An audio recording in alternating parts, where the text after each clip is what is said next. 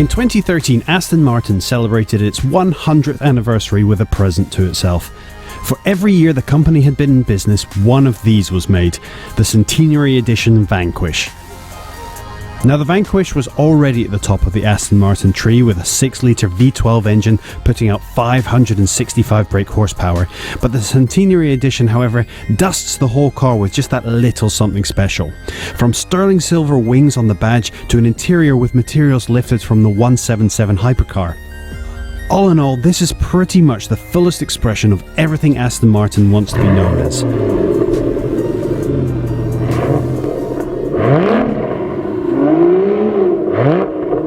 Now, in 1913, when the company started, it wasn't known as Aston Martin. Bamford and Martin Limited were actually resellers of cars, servicing, and they fixed up cars ready for racing. But the pair decided to make the leap and build their own cars. In honour of Lionel's win at the Aston Clinton hill climb, the company was given the snappier name of Aston Martin, a name now permanently etched into the brain of everyone who loves cars as one of the quintessentially British sports car manufacturers. The first ever proper Aston Martin car had the oh-so-sexy moniker of the Coal Scuttle. It had a 4-cylinder Coventry Simplex engine fitted to a 1908 Isotta Fraschini chassis.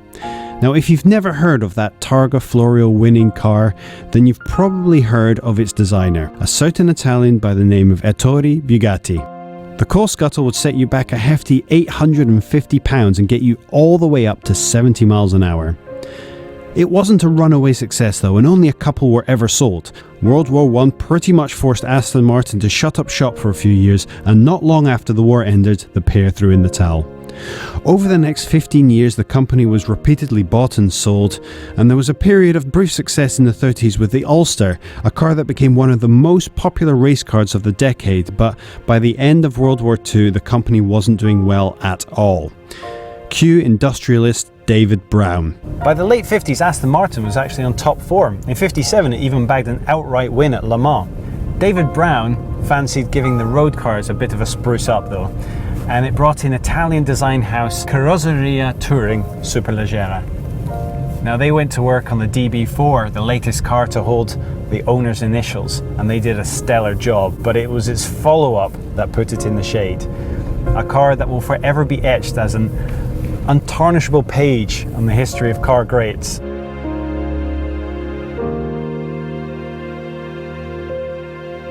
Possibly the ultimate expression of everything Aston Martin ever wants to be and ever will be. The most famous car in the world, the DB5.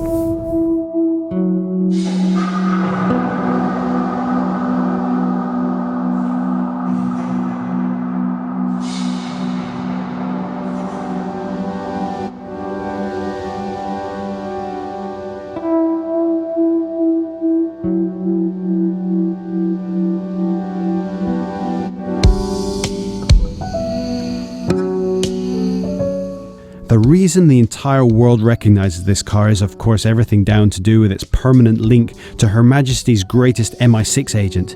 But the real reason this car turns heads now just as much as the day it was launched is simply the majestic look of the thing. Haunting hour, no time to rest in the skies, oh you can guess, rolling under dangerous love. Sell me more than I can stand, silver coins into my hands, rolling under. I've driven cars from the era, and there are other cars that are definitely up there in terms of design. The E-Type, the BMW 507, they all have a special place in my heart as absolutely stunning cars, but there's just something about the DB5. If it got built today, people would say it's the best looking car ever built. Under the hood, there's a 4-litre inline 6-cylinder engine putting out 282 brake horsepower with a top speed of 143 miles an hour and a 0 to 60 time of 8 seconds flat. And you know what? None of that matters. Not in the slightest. You could argue whether or not the DB5 gets more recognition than it deserves because of its cinematic history, and it's a legitimate point of view, but to me there's a different reason why, to my eyes and to a lot of other car fans, this awesome vehicle stands out from the pack. It's aged remarkably well. This car is in the best nick I have ever seen a car of this age. It has been meticulously restored to its original glory. You have to be careful about building up speed because the brakes in this have definitely not aged amazingly.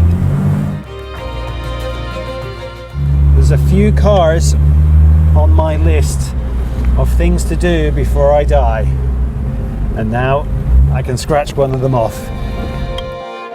The Centenary Edition Vanquish stands on the shoulders of giants as the pinnacle of everything Aston Martin has achieved in 100 years, and it is an amazing car. But in 10, 20, 30 years time, when the dust has settled, will this car be remembered as a great Aston Martin? Maybe, maybe not.